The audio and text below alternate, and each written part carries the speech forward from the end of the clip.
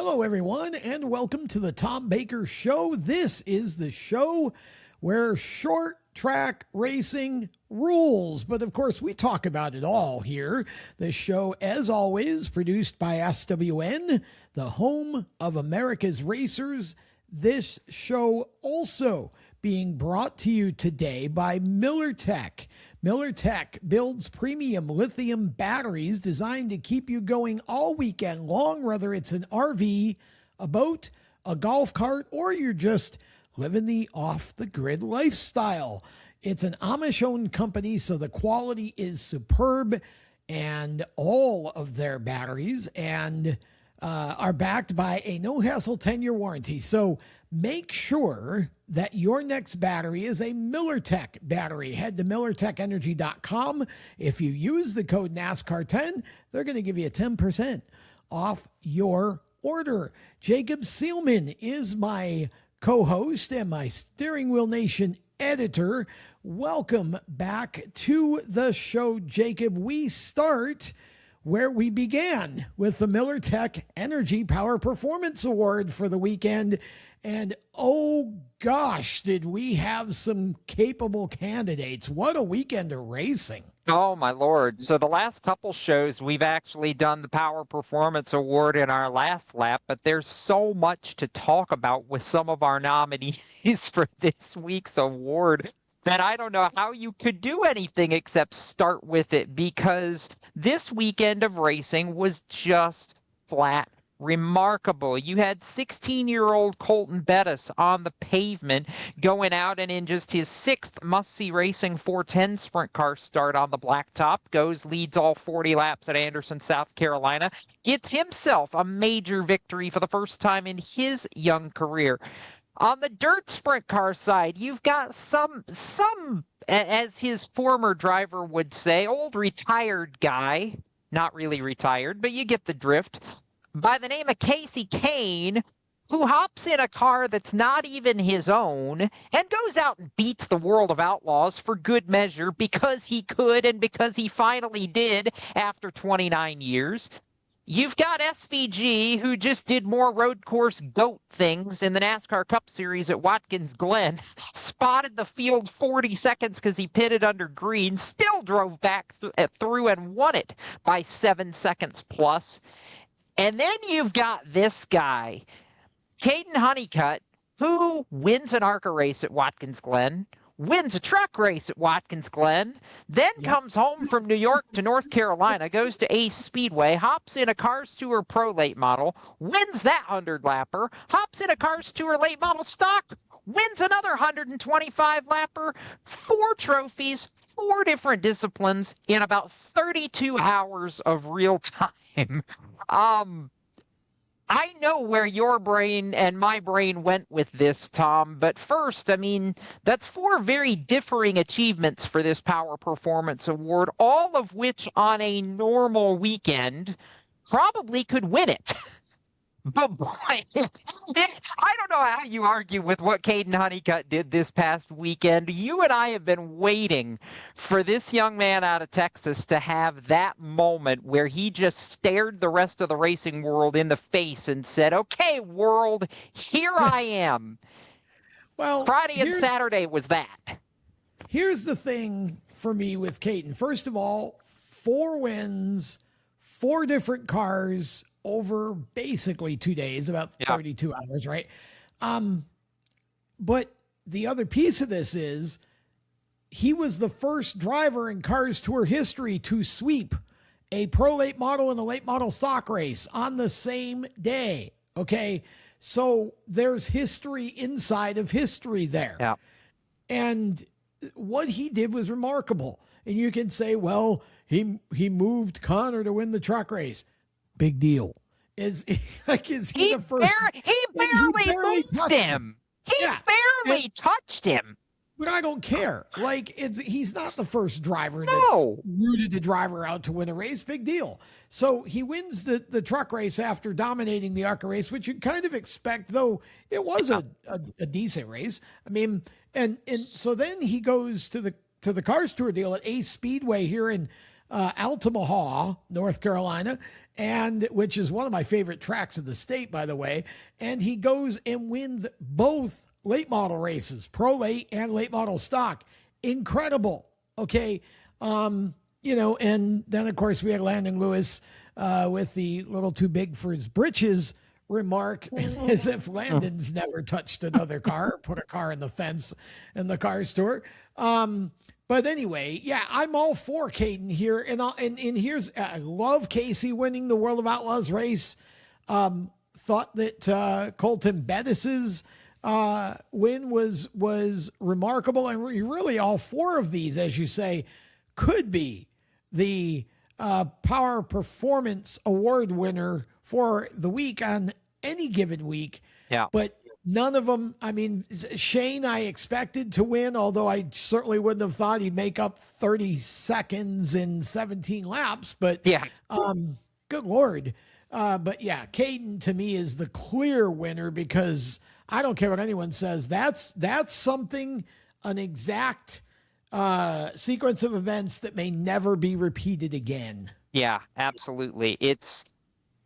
I'll get to my thoughts on what it means for Caden in a minute, but I will start by echoing that, yes, my vote here is for Caden Honeycutt, I didn't do the exact math on our Facebook poll this week, but I would have to say somewhere in the realm of probably 85 to 90% of all the votes that I read on our Facebook poll this week had Caden circled as the guy out of our four nominees. So I think it makes it very easy to say beyond a shadow of a doubt that, yes, Caden Honeycutt is the MillerTech Power Performance Award winner for this past week, May 4th through the 10th of racing, but nods to, of course, all the other three, and we'll get into a couple of those more in a minute. We've been waiting. Oh, Jacob, we should point out, I want to sneak this in because you and I saw this a little while ago. And one of the voters on our Facebook poll was Colton Bettis's mother, who voted for Caden Honeycutt over her son. Yes. And so if that gives you any clue how the vote was trending, even one of the other nominees' mothers voted for Caden. So very nice of them to do that. And for sure.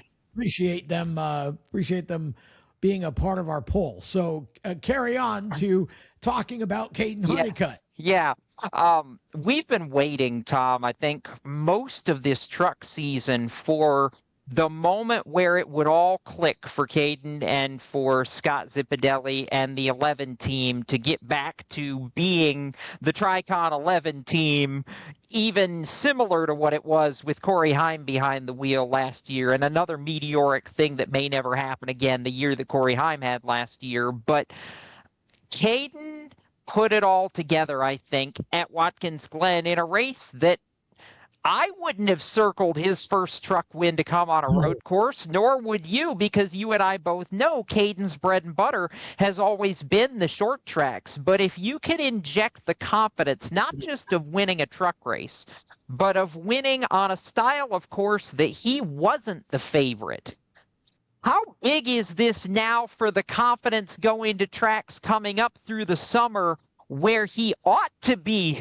considered the favorite? Is this the key, Tom, unlocking the gate where Caden Honeycutt's about to go on a scary kind of roll?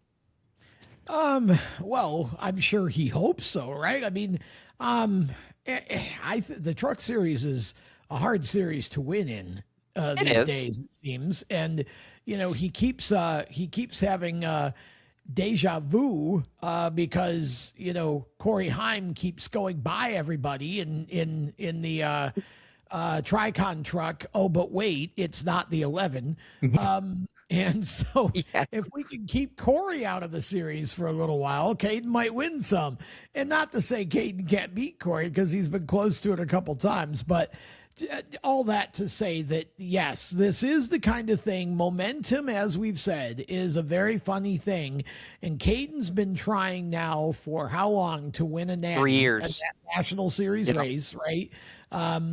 And now he's finally got it. And he got it in a place, as you say, that wasn't the typical stage for, where we thought he would do it. So when we get to some of these tracks where he's actually really good, the little extra confidence that win brings, and and it's not swagger. Caden's not at all. He's very humble. He's the opposite of cocky, but just that little bit of extra to know that I have won my first truck race. I can do it again. I think is going to really be good for him. And yes, I do expect to see him back in victory lane multiple times before the end of the season. But again, to go on that kind of a run the way he did, the ARCA race, he's probably a bit above that at this point. But to win the truck race, then to go in the 2 late model races, and this also, by the way, for those of you watching this, he grew up racing dirt, and he's pretty doggone pretty doggone good on dirt, and he works on his stuff. He knows how to put cars together. He knows how to work on them. He knows how they work. So this is a complete racer. The only thing he needed was to get over that last hump and get a win. He got it. Look out.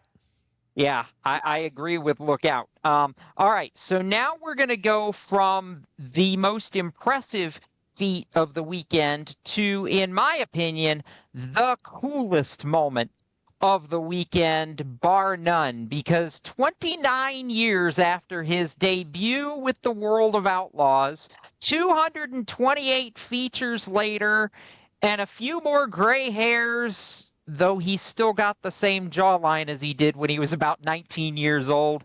Kasey Kahne's in victory lane as an outlaw, and it's not even with his own race team. He had to go and play fill-in for an injured Anthony Macri to go out and get a victory with the Outlaws, which I think makes this even cooler. I mean, are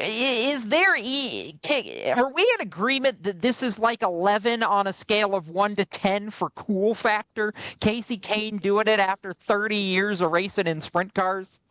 Well, and it just shows you how God works and how the world works, right? It's, you just never know when that opportunity is going to come. And, Kasey, had he not accepted this opportunity to go do these races while Anthony's injured, he obviously would never won this World of Outlaw race. So it's funny how things go sometimes, but I would say that, Kasey coming into this, it's not like you're racing for your own team. You don't have the pressures of being the owner, the driver, the sponsor getter, and, all of that, right? He just shows up with the helmet and the suit and everything and just gets in the car and drives. And so I think that may have had, a little bit to do with why he's run so well right off the bat with that car. Because, and of course, he, one of his former crew chiefs, right? Joe Mooney, yep. So, yeah, but, all Kasey is a driver. That makes a difference. And I think it's great that he finally got that win because, again, what a Hollywood story to do it that long after. And he's never said he's retired, at least that I know of. No, he hasn't. So he's always left the door open to run some races. So yeah, the whole thing is cool. It's good for the Macris. Obviously, I'm sure it made them feel good that they could give that opportunity to Kasey. And not surprised that he got that win. Not surprised if he wins another one before, his time's up. And you wonder now what this plants in his mind about once Anthony's back in the seat, does Kasey decide at some point to, go jump in one of his own cars? Well, yeah, he did say even in his winner's interview from the Friday night show that before the Macris called him up to do this, he was just prepping to build some of his own cars to run later in the season through KKR. So, we may well see Kasey in one of his own cars later this year.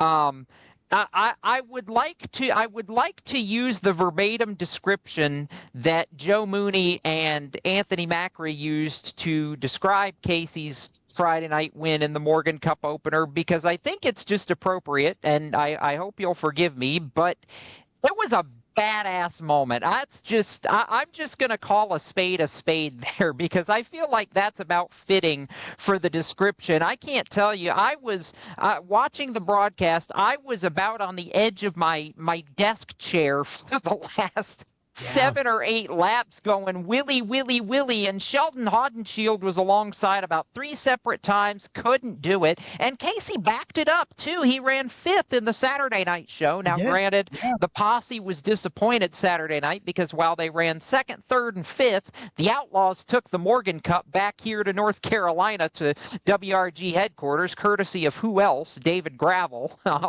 So Gravel's extending his points lead. Casey gets a win, split decision, 1 posse, 1 outlaw, or posse by association, however you want to put it. I was entertained, Tom. I mean, this is what we get when the Outlaws come to Pennsylvania. I wrote about it in my 3 takeaways column for our Inside Groove Pit Pass subscriber community, that, you know, this is why Outlaws versus Posse is the best rivalry in sprint car racing right now. And I think it rings true because there is no band of locals in the country that can do to you on a given night what the posse can do when a national tour comes to town.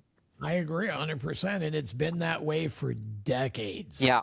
It has. And I'll add to that, by the way, my Sealman stat of the week, because by the numbers, Casey Kane became the 156th. I'm surprised there aren't more on this list, actually. The 156th different driver all time to win a World of Outlaws sprint car feature dating back to the inception of the tour in 1978. Although I guess it's a little less surprising when you consider that between them, Steve Kinzer won about 700. Sammy Swindell won close to 400, and Donnie Schatz is at 319 and counting.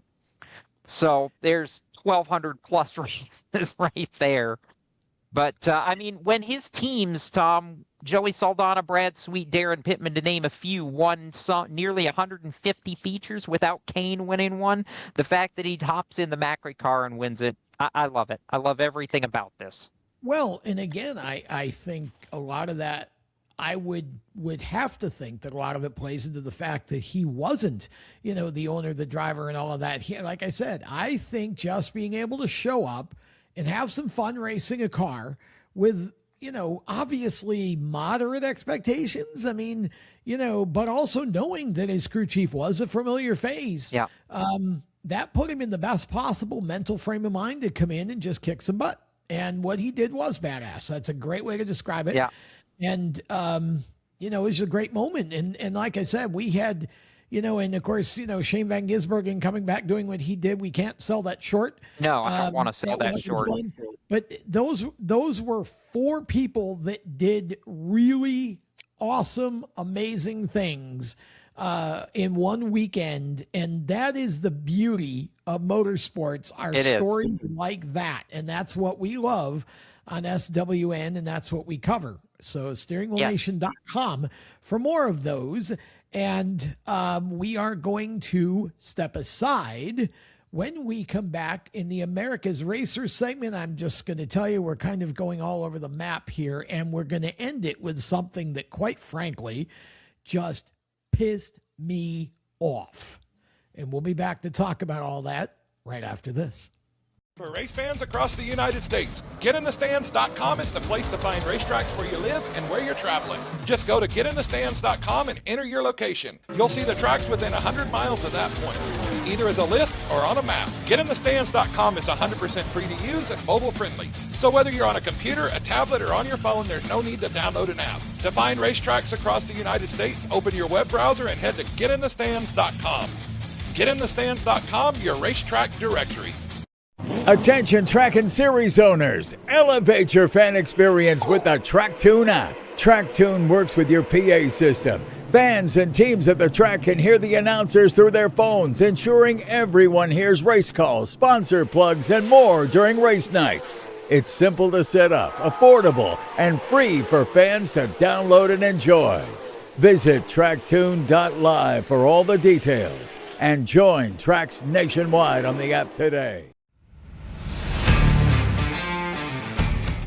MillerTech builds lithium batteries for RVs, golf carts, boats, and off-grid life. reliable power, long lifespan, and a 10-year warranty. That's why I trust MillerTech. MillerTech, powering your adventure.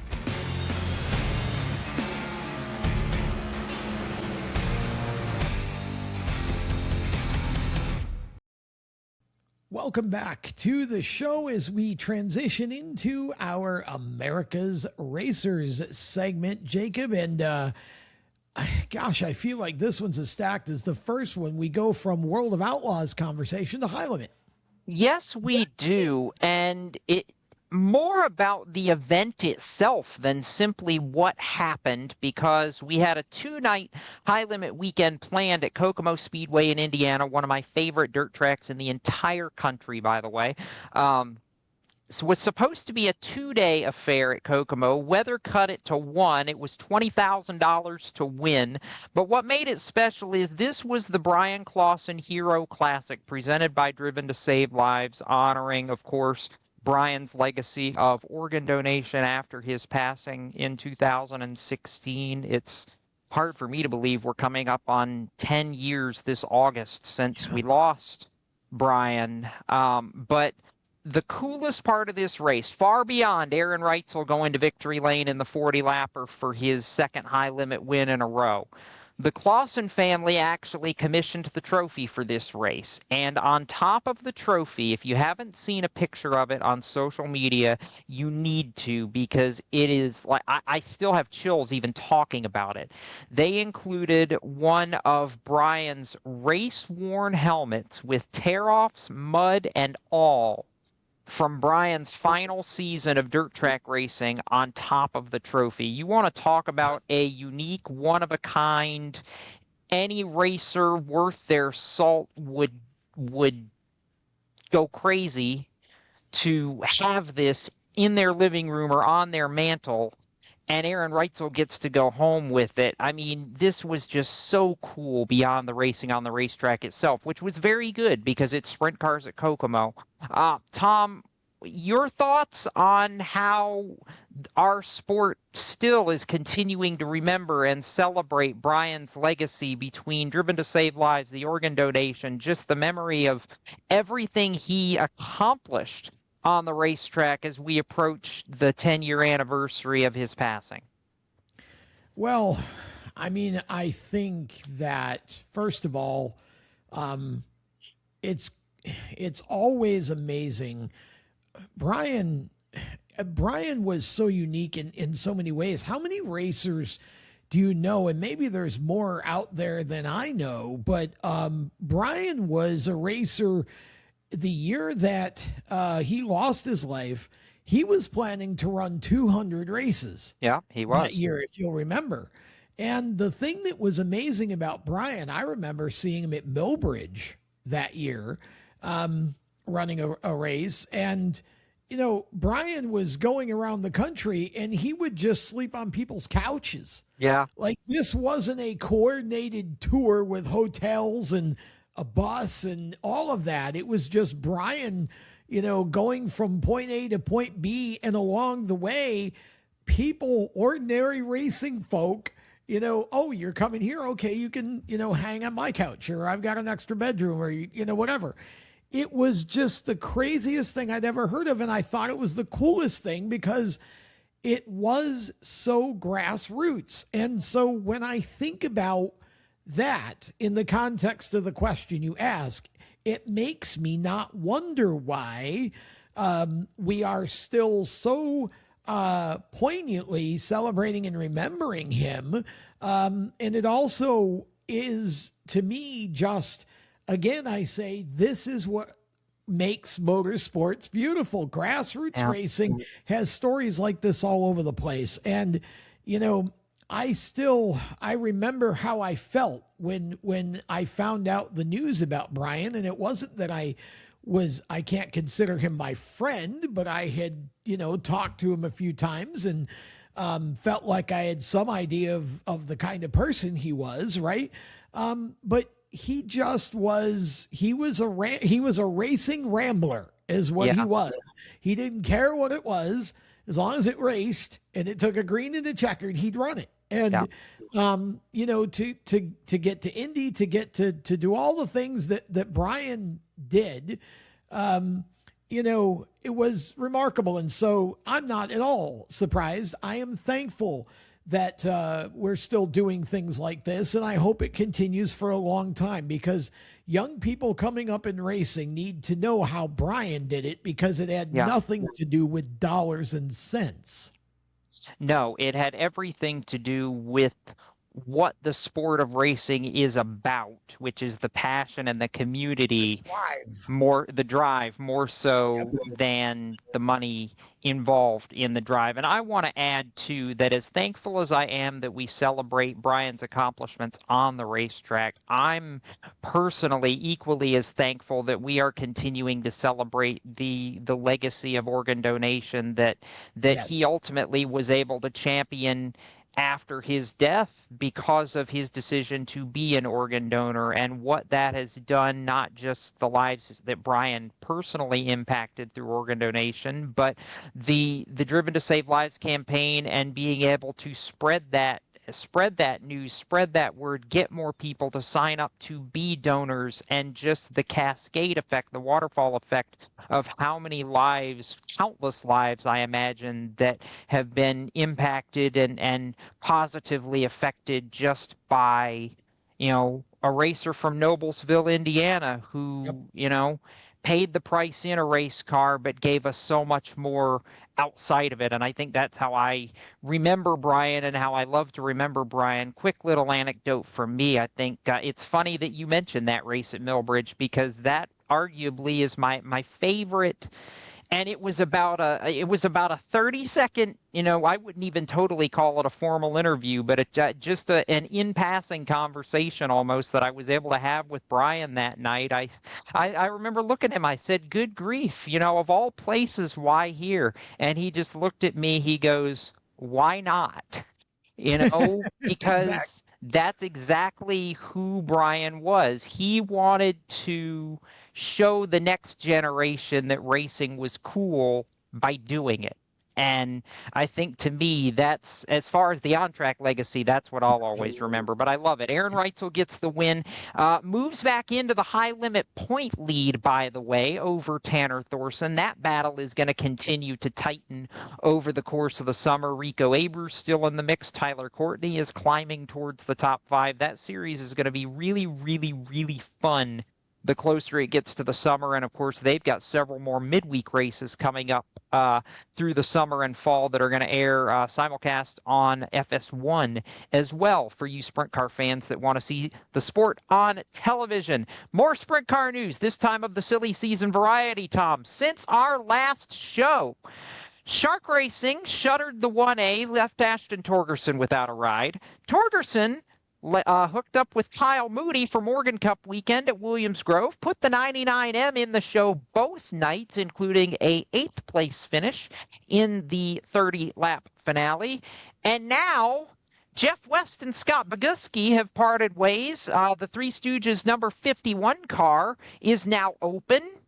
Torgerson is looking for a place to land, maybe, possibly. We don't know yet as we're taping this show, but are you surprised that we're shuffling drivers here of late like hotcakes on an IHOP table? Because this is a little ridiculous for the first week of May. Well, great IHOP reference. Now I'm hungry. I don't know. I don't know if I'm surprised or not. Sprint car racing has a way of being like that sometimes. And, I think that I've known Jeff. We went to high school together. So I've known Jeff many years.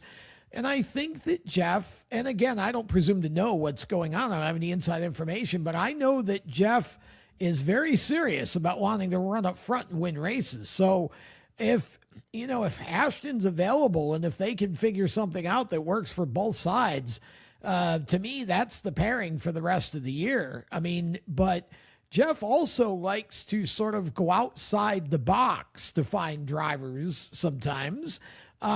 So we'll see what happens with that team, whether it remains on the Outlaws or, something else comes up for them. But it's a top team in the making for sure. They're great in midgets as well. And so who knows? It's a tough break for Scott. We'll see where he goes. But again, not a lot of rides open. So there's not a lot of top drivers open, I think, right now is the big thing. To me, I look at this and say that Ashton's probably the biggest name driver that's available right now if you want to keep the car on the Outlaw Tour. And I guess I'll ask you straight out here. I mean, from what you have seen, particularly over, I would say, the last month, where Ashton has been the rookie of the race more often than he hasn't been, I mean, do you feel like Ashton has done enough and kind of sanded down the rough edges enough to warrant and deserve to find somewhere to stay on this Outlaw Tour the rest of the year? I do. I surely do. And in fact, in one of the posts where this split was announced with Jeff and Scott, there were a few people who brought up Ashton's name. And, I just think, if you've got a top car and you need a driver, okay, I think this is a great time to grab Ashton, because, if you keep him for a little while, you're going to get, because I think he's on the upswing. Yeah. So you're going to get a great upside and get him, into, his comfort zone more and more. So it's still early enough in the year where he can really make some progress with the right team. So I think that would be a great signing. And so we'll see what happens. All right. You alluded that we were going to get to a bullet point that really made your skin crawl. Here it is. Greg Martin has been suspended from the Best Plumber 604 Racing Series for not one, but 2 full years, following an altercation Saturday where he drove through the infield at I-75 Raceway and bumped into the left rear corner of Matt Henderson's car, contact that ultimately injured one crew member to the point that that Henderson crew member needed medical treatment at a local hospital. Tom, what are your thoughts here? Okay, let me fill in some gaps here first of all. He hit the car. When he hit the car, it was up, there were 2 jack stands under the car. He knocked 2 crewmen back away from the car when he hit the car. And one of them went to the hospital, had a head a head wound and some other injuries. The other one, I don't think was treated at a hospital, but was injured as well. And the part that you didn't say was that he was arrested and charged with a felony for this crime of, assault with a motor vehicle. And so this goes way beyond the racetrack. Now, look, first of all, when I said that it pissed me off, the incident is what pissed me off, not the punishment. Yeah. Honestly, I don't think that man should be anywhere near anything with a motor, including a riding lawnmower, for a couple of years, let alone back on a racetrack. It wouldn't have hurt my feelings if they just told him to get out and stay out, because anybody who would do this sort of a thing, this isn't about Rubbins racing. This isn't about getting out and fighting on the front straightaway like, a couple of schoolyard 10-year-olds. This is vehicular assault. He could have seriously injured somebody, okay, more seriously than he did. There's no place for this crap in racing, no track, no series. Nobody should allow this to happen without that minimum 2-year. When I first read this article, I couldn't believe what I was reading. I mean, Bowman Gray Stadium is one thing. This was a whole other level. Definitely have, I pray for him, because I hope he gets the help he needs, because that's just, that guy's got some problems that go well beyond a race car, and he shouldn't be anywhere near a vehicle at this point for a good while. And I guess with that, we'll turn the page, take a break, and when we come back, I'll direct some more traffic for the last lap segment here on the Tom Baker Show. Stay tuned. Back after this. MillerTech builds lithium batteries for RVs, golf carts, boats, and off-grid life. Reliable power, long lifespan, and a 10-year warranty. That's why I trust MillerTech. MillerTech, powering your adventure.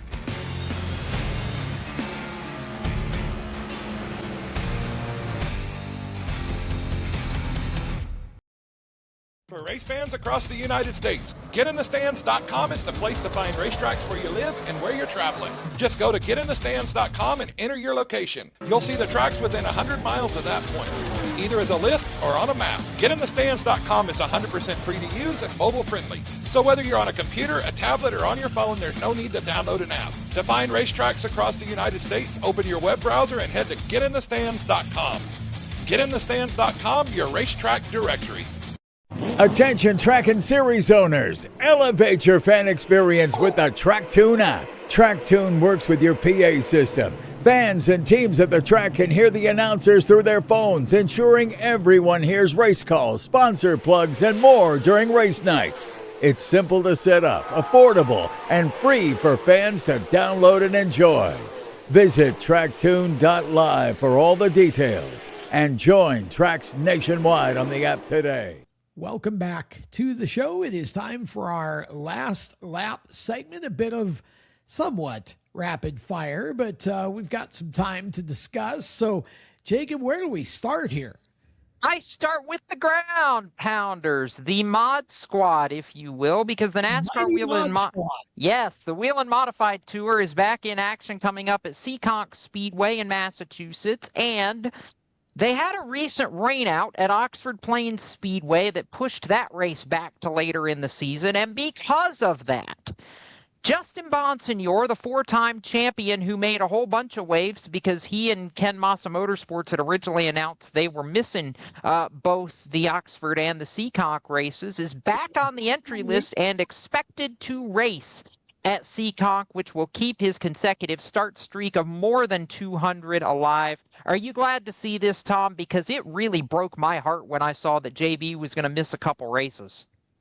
Oh, I'm tickled to death to see him back. I'm not sure all of the competition's so happy about it, but I'm not sure they're breaking out any champagne over it, but I'm pretty happy about it. Justin's a great guy. He's a great competitor. And, you know, that's a heck of a team. And when they're not there, you know, you're missing somebody. That they're one of the rabbits that everybody chases. So glad to see him back. And, you know, again, sometimes things just work out. All right. B addendum to that. Can Steven Kopchik go 3 in a row? No. No? No, I don't believe he will. Again, with Bonsignore back, it's a different race. And I'm not saying Justin's going to be the one to stop the streak, but it's just a different race when he's there. I think, you know, again, with that track, I think he probably got about 15 guys that can win. I'm not saying Kopchik won't put in a good performance. I just don't think he makes it 3 in a row. 2 words, money Matt. Yeah. Hirschman's on the entry list, and he's won the last 3 tour races at Seekonk for good measure. So I would take the 60 any day of the week. Super Modified's your favorite word of the day. ISMA MSS kicks off its 2026 season in Canada at Flamborough Speedway. 10 grand to win. Big way to open the season. Any preseason predictions, my good sir? Oh gosh, no, I'm so bad at that, and I'll jinx somebody. So I'm not going to predict that one. We'll pick some other races later, but I will say this. Say you had to pick something. Just people watch, maybe in general. Okay, so general. First of all, Jeff Abold would be the first name that comes to mind, but you got Mike McVeigh coming, and I mean, gosh, I could name 15 guys that are going to be guys to watch, but I do think that it's kind of cool. There's a car named Dave Lair who hasn't run very much his car lately over the last few years. Brian Sobis from Oswego, New York, getting a shot in the Lair jet for Flamborough and a couple of other races this year. And I'm going to be interested to see how Brian does, because Brian is one of those guys that, again, he can drive anything. He's run well in a Sportsman Modified. He's run well in a big block super, an SBS small block super, a 350 super.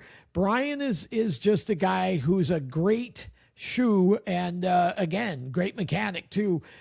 So if the Learjet is up to it, Brian will give it a good ride, but those two together, I think too, are going to be, that pit area could be a lot of fun when the Learjet's there and Brian's driving. So great personalities there. Happy for them, and hoping that show goes well. First time back there in a little while, and kicking off the biggest, richest ISMA MSS season ever. I love it. By the way, did I see that Camden Proud's bolting the wing on and going up there? He is. Yeah, Camden did really well at Oswego last year with the wing a couple of times, and he likes running with the top wing. So yeah, Camden Proud from Oswego in the 54. Oswego's PR guy when he's not behind the wheel on Saturday nights. And your former Inside Groove co-host once upon a time. Yeah, former Inside Groove co-host. Yes, Camden. I did the first ever interview with Camden that he did back when he was just starting at 14 in the SBS class there at Oswego. But yeah, super excited to see they've got about, I think they're at 21 cars there, which is a good field. And so hopefully everybody comes out of it in one piece, and it's a great show for the fans there. First of 4 shows worth 10 grand to win on the ISMA Tour this season. Big deal. Final nugget. We've added another round of Sunday Indy 500 qualifying. Since there's no bump day this year, we've only got 33 cars. We're going to the Fast 15 this year for Sunday. So we start with 15 on Sunday, cut it to the top 12, cut it to the Fast 6 or Fast 9, and then go for the pole. It's 3 rounds on Sunday. Are we really stooping to this point to try to make qualifying interesting without bumping? Really? I mean, again, all the NASCAR fans would call that a gimmick. And it really is, because the reality is it really doesn't matter. I'm going to watch it. Why? Because, well, there's cars going around the track at Indy.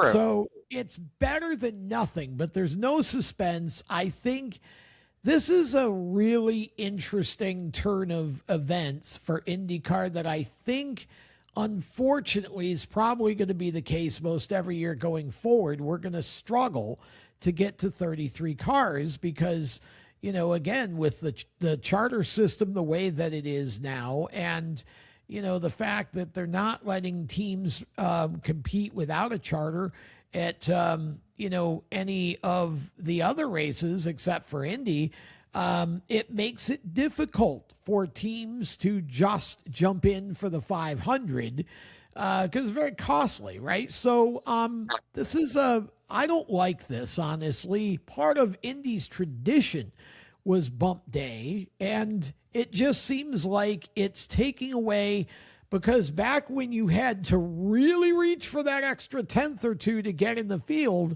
it was completely different. Okay. Not so much anymore. Everybody's going to start. So the one I'm watching, just to get us thinking a little bit ahead, Catherine Legg. I want to see how she does in what I think is going to be probably the best equipment she's ever had to run the Indy 500 with. And with that, we will bring this show to a close. First of all, thanks to Miller Tech. MillerTechEnergy.com is the website. Go look up the battery that you need for your RV, your boat, or your golf cart. And for more great content, SteeringWheelNation.com is the website. At the SWN Media on Facebook, Instagram, and X. Until next time, I'm Tom Baker. So long.